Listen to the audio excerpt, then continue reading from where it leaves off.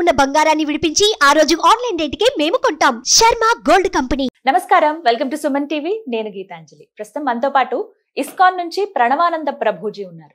వారి గురించి చెప్పాలంటే ప్రపంచ వ్యాప్తంగా ఎన్నో ప్రదేశాలకు వెళుతూ ప్రవచనాలు చెబుతూ ఉన్నారు. ప్రత్యేకంగా శ్రీకృష్ణ భగవానుడు గురించి, ఆయన లీలల గురించి, ఆయన తత్వం గురించి, మన నిత్య జీవితంలో మనకు అవసరమయ్యేటువంటి ప్రతి విషయము, మనకు వచ్చేటువంటి ప్రతి సందేహము భగవద్గీత చదివితే అందులో మీకు ఒక సమాధానం దొరుకుతుందని చెప్తారు ప్రభుజీ. అందులోనూ ఎన్నో సందేహాలు మనకు వస్తూ ఉంటాయి. ప్రత్యేకంగా ఆయన మాటలు ఎలా ఉంటాయంటే చిన్నవాళ్ల నుంచి పెద్దవాళ్ల వరకు ప్రతి ఒక్కరికి అర్థమవుతుందా కృష్ణ తత్వం గురించి. అలాగే మరొకసారి వారిని స్టూడియోకి ఆహ్వానించాము. వారితో మాట్లాడి మరిన్ని విషయాలు తెలుసుకుందాం ఆ కృష్ణయ్య గురించి. ప్రభుజీని ఆహ్వానిద్దాం. హరే కృష్ణ ప్రభుజీ. హరే కృష్ణ మాతాజీ. రాధాష్టమి వస్తోంది. మీరు ఎప్పుడు చాలా విశేషంగా జరుగుతుంది పూజ. అలాగే అంటే కృష్ణాష్టమి అయినా ఒక నెల రోజులు ఇలా ఉంటుంది వ్యవధి అని చెప్పారు. నాకెప్పుడు చూడలేదు కానీ చూద్దామన్న కోరిక అయితే ఉంది. కానీ ప్రత్యేకత ఏంటండి, ఎక్కువగా తెలియదు చాలా మందికి. కృష్ణాష్టమి తెలుసు కానీ రాధాష్టమి ఎలా జరుపుతారు, అసలు ఏంటి విశేషము, అసలు రాధారాణి గురించి చెప్పండి. రాధారాణి గురించి ఈ ప్రపంచంలో చాలా మిస్కన్సెప్షన్స్ ఉన్నాయండి. మీరు ఏమైనా విన్నారా? చాలా విన్నాను నేను. ఇంక నేను తర్వాత అడుగుదాం అనుకున్నాను క్వశ్చన్స్. అసలు వివాహం జరిగిందా, తర్వాత ఏమైపోయారు, వివాహం చేసుకోరని తెలుసు కూడా కృష్ణుడు ఎందుకు ఆమెను ప్రేమించారు, ఇలా ఎన్నో ప్రశ్నలు. ఒకళ్ళు అడిగారు మమ్మల్ని, రాధారాణి కృష్ణుడి కంటే వయసులో పెద్దదట కదా. అవును, ఈ క్వశ్చన్ కూడా ఉంది. మీరు విన్నారా? విన్నాను. సరే, కొద్దిసేపు ఈ ప్రశ్నలన్నింటినీ కూడా ఆన్సర్ చేద్దాం. శ్రీమతి రాధారాణి ఎవరు? మొట్టమొదటి ప్రశ్న. మునీంద్ర బృంద వండితే త్రిలోక శోకహారిణి ప్రసన్న వక్త్ర పంకజే నికుంజ భూవిలాసిని బ్రజేంద్ర భాను నందిని బ్రజేంద్ర సూను సంగతే కదా కరిష్యసి మమ కృపా కటాక్ష భాజనం. ఇది ఎవరు ప్రార్థన చేశారో తెలుసా అండి? సాక్షాత్తుగా శంకరుడు ప్రార్థన చేశాడు రాధారానికి. ఈ రాధా కా కృపా కటాక్ష స్తవ రాజ స్తోత్రము అని సాక్షాత్తుగా శివుడు ఉపదేశం చేసిన స్తోత్రం ఇది. రాధారానికి ప్రార్థన చేస్తున్నారు, ఒక్కసారి నీ కృపా కటాక్షాలు మా అందరి పైన పడేటట్టుగా అనుగ్రహించు అని ప్రార్థన చేస్తారు. మునీంద్ర బృంద వండితే, మునులు, యోగులు, గొప్ప గొప్ప ఋషులు అందరూ కూడా వందనం చేస్తారట. సనక సనాతనాది వర్ణిత చరితే అని అంటారు. అటువంటి శ్రీమతి రాధారాణి యొక్క తత్వం చాలా విలక్షణ, చాలా గోపనీయమైన తత్వం అండి రాధారాణి. ఆవిడ్ని వృందావనేశ్వరి అని అంటారు. మీరు బృందావనానికి వెళ్ళారనుకోండి, ఎవ్వరు మిమ్మల్ని కృష్ణుడి నామంతో పలకరించరు. మీరు ఎప్పుడైనా బృందావనం వెళ్ళారా? బృందావనం వెళ్ళారనుకోండి, అందరూ రాధే రాధే అంటారు. మొత్తం బృందావనంలో ఎక్కడికి వెళ్ళినా సరే రాధే రాధే అంటారు కానీ కృష్ణ కృష్ణ అనరు. ఎందుకంటే కృష్ణుడు కూడా శ్రీమతి రాధారానికి సేవ చేస్తాడు కాబట్టి. ఆవిడే బృందావనానికి ఈశ్వరి, అందరికీ కూడా నియంత స్వామిని శ్రీమతి రాధారాణి, బృందావన ఈశ్వరి అని అంటారు. తప్తకాంచన గౌరంగి రాధే బృందావనేశ్వరి వృషభానుసుతే దేవి ప్రణమామి హరిప్రియ. వృషభాను కీర్తిద, వీళ్ళిద్దరికి అవతరించింది శ్రీమతి రాధారాణి. ఆవిడ అవతరణ ఎలా జరిగిందండి అసలు? రావల్ అనే ప్రదేశంలో శ్రీమతి రాధారాణి ఒక సహస్రదళ పద్మం పైన ఆవిర్భవించారు. సీతమ్మ తల్లి ఎలా అయితే అయోనిజ, ఎలా అయితే ఒక పెట్టెలో జనక మహారాజు దున్నుతున్నప్పుడు దొరికిందో, అలానే శ్రీమతి రాధారాణి వృషభాను మహారాజ్ కి ఆ రావల్ అనే ప్రదేశంలో ఒక సహస్రదళ పద్మంలో లభించింది. అప్పుడు వాళ్ళ ఇంటికి తీసుకొచ్చి పెంచుకున్నారు శ్రీమతి రాధారాణి. మీకు ఒక విషయం చెప్తాను, ఇందాక అన్నాం కదా రాధారాణి పెద్దదా కృష్ణుడు పెద్దవాడా? కృష్ణుడు పుట్టాక సంవత్సరం 15 రోజులకి రాధారాణి పుట్టింది. పుట్టిన తర్వాత అందుకే కృష్ణాష్టమి చేసుకుంటాం. నెక్స్ట్ అష్టమి రాధాష్టమి. మరి పెద్దవారన్నా అసలు ఈ మాట ఎందుకు వచ్చింది? శాస్త్రాన్ని చదివితే కదండి. మీరు ఎప్పటి వరకైతే రాధాకృష్ణ సీరియల్ చూస్తారో, రాధాకృష్ణ సినిమా చూస్తారో అప్పుడు అలానే అనిపిస్తుంది. ఎందుకంటే సినిమా వాడికి మసాలా కావాలి కదా, మనకైతే అవసరం లేదు మసాలా ఈ ప్రపంచంలో. అందుకే అందరూ కూడా మసాలా క్వశ్చన్స్ అడగడానికి, మసాలా ఆన్సర్ ఇవ్వడానికి ప్రయత్నం చేస్తారు. అప్పుడే కదా జనాలు చూసేది. అంటే సీతమ్మ కూడా అలాగే పెద్దవారని ఇలా చాలా డిస్కషన్స్ జరుగుతాయి కదా. అందుకే ఎందుకు జరుగుతాయి డిస్కషన్స్? ఎందుకంటే తెలియకపోతే చదవం కదండి.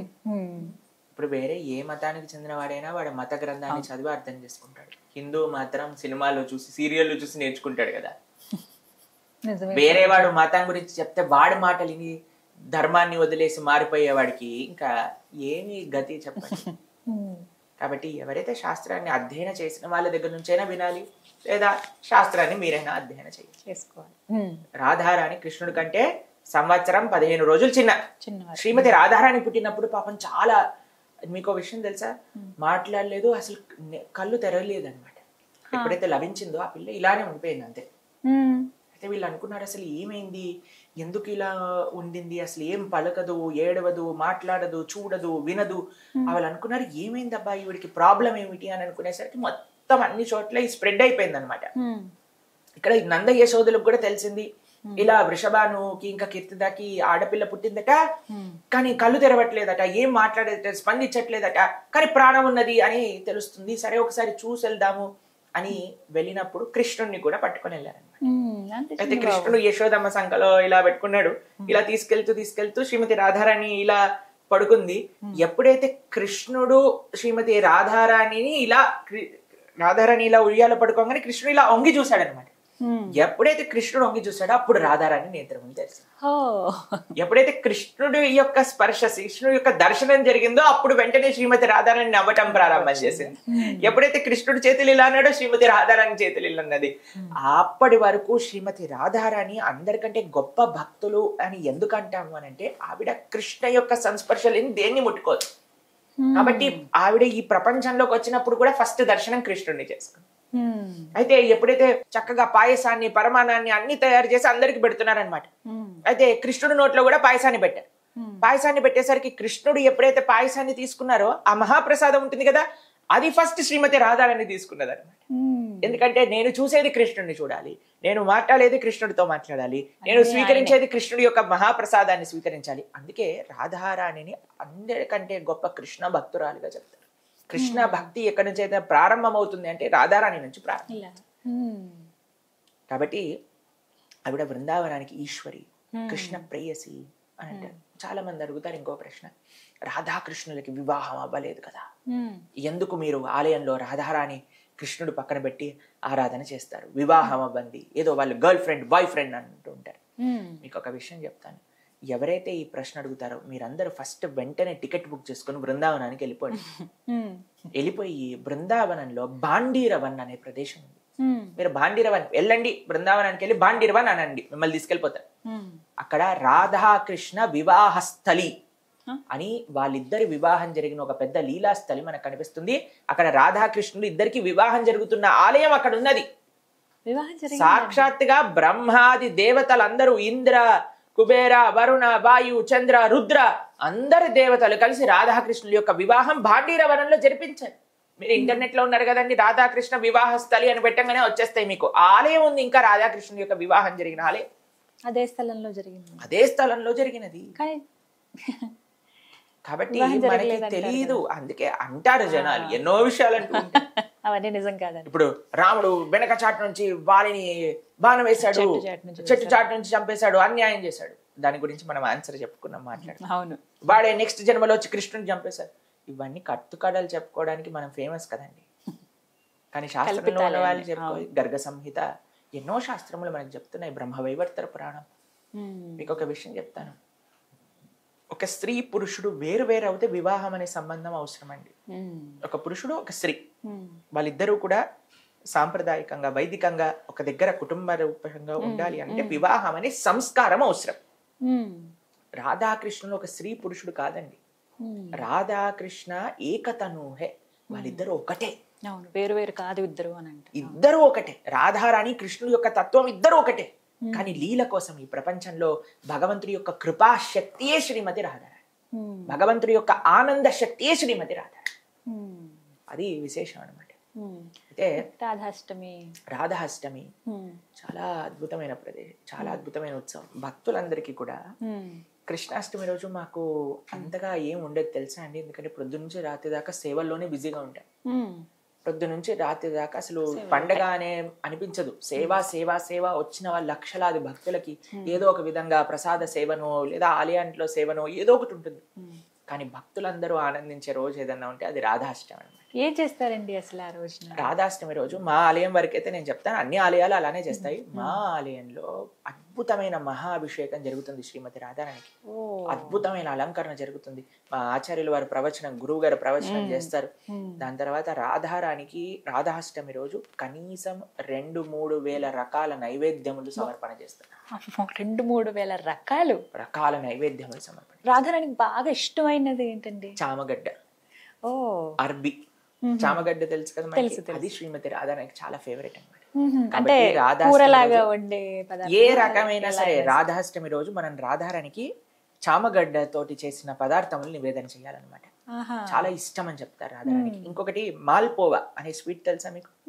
మాల్పోవా చేస్తారు, చాలా బాగుంటుంది. మీరు మాల్పోవా రబడి, అది కొద్దిగా అరటిపండు, తర్వాత మైదా, దాని తర్వాత కొద్దిగా బ్లాక్ పెప్పర్, మిరియాల పొడి, ఇవన్నీ వేసి పాలు పోసి కలుపుతారనమాట. ఒక మనకి దోశ బ్యాటర్ లా ఉంటుంది కదా, దోశ పిండిలా చేస్తారు. చేసి వాటిని నేతిలో పోసి వేయించుతారనమాట.